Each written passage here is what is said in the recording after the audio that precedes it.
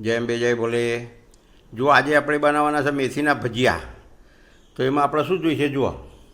એક તો આ મેથી છે લીલી, પછી આ મરચાં છે એ તરવાના છે, આ મરીનો પાવડર છે, આમાં આ મીઠું છે, આમાં આદુને મરચાં પેસ્ટ કરી છે, અને આ ચણાનો લોટ છે, અને આ સોડા છે, અને આ મરચાં જે છે ને એ કઢીમાં આપણે બનાવવાની છે, એમાં નાખીશું ભજીયા જોડે ખાવાની કઢી. તો ચલો હવે પહેલાં આપણે બધું પલાળી દઈએ. જો આપણે મેથી ધોઈ લીધી છે. જો આ મીઠું નાખ્યું હવે,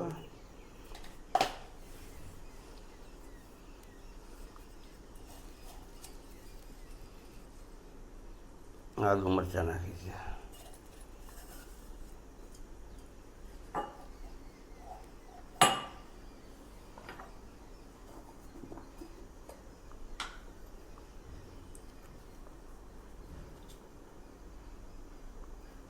મરી પાવડર નાખ્યો.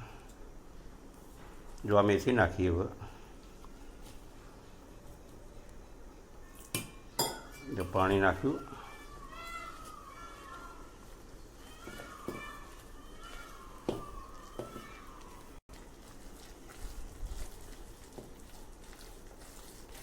પાણી નાખીને હવે પલાળી નાને મૂકી રાખ્યું થોડી વાર.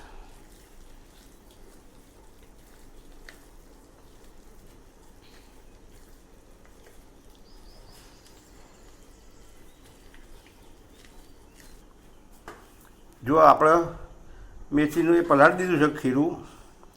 હવે એને 10-15 મિનિટ પલાળવા દઈશું. ત્યાં સુધી આપણે કઢી બનાવી લઈએ. ચાલો. જો કઢી બનાવવા માટે છાશમાં ચણાનો લોટ નાખ્યો, થોડું મીઠું નાખશું, પાણી નાખશું, મીઠું નાખ્યું. હવે એને હલાવી દઈશું બધું.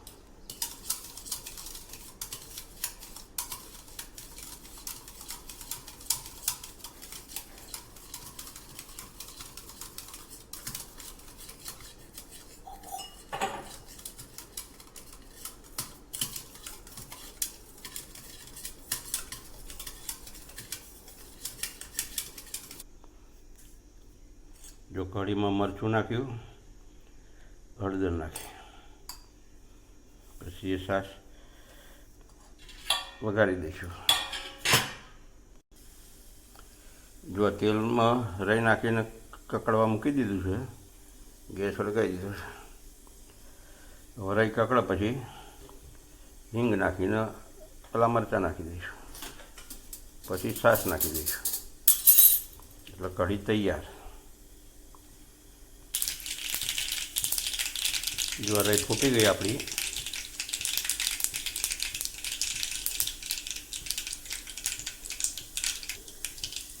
હવે હિંગ નાખી,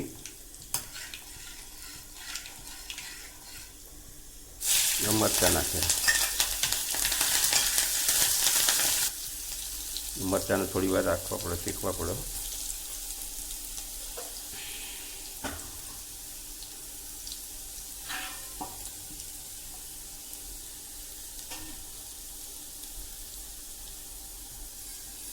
હવે જો છાશ નાખી દઈએ.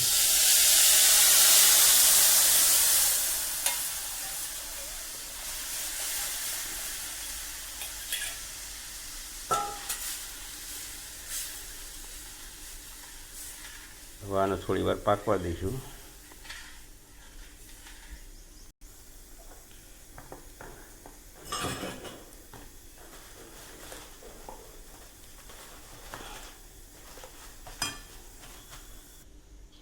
જો આપણે કઢી હવે થઈ ગઈ છે જાડી, એટલે હવે આપણે ગેસ અત્યારે બંધ કરી દઈશું. જુઓ આપણે મેથીનું ખીરું હવે 10-15 મિનિટ રાખ્યું છે. હવે તૈયાર થઈ ગયું છે. હવે આપણે અંદર સોડા નાખી દઈશું અને એને હલાવી દઈશું. અને આ બાજુ હવે આપણે તેલ મૂકી દીધું છે ગરમ ભજીયા બનાવવા માટે. તેલ આવે એટલે ભજીયા બનાવવાનું ચાલુ.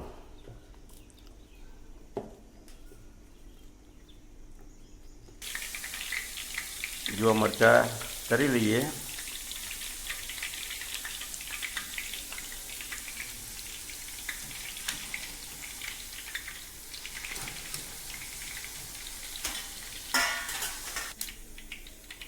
જો આવા ભજીયા બનાવી લઈએ.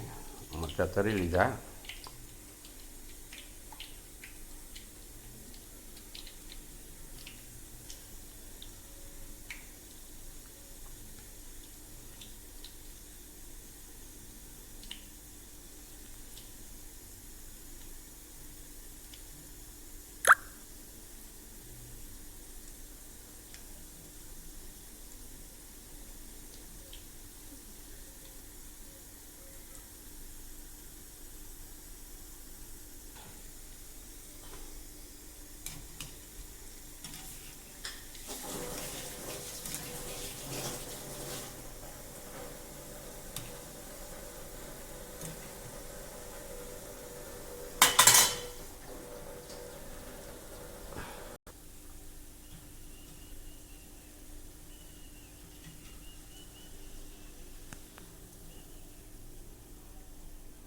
જો ભજીયા તૈયાર થઈ ગયા છે.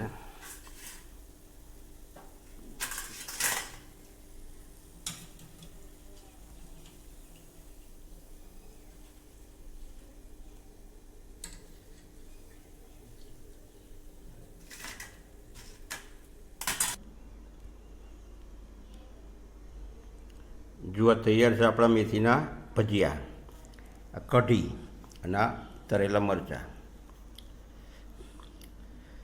તો જુઓ તમને હવે આ વિડીયો ગમ્યો હોય તો લાઈક કરજો, સબસ્ક્રાઈબ કરજો અને આ વિડીયો બીજાને મોકલજો. મળીશું નવા વિડીયોમાં. આવજો.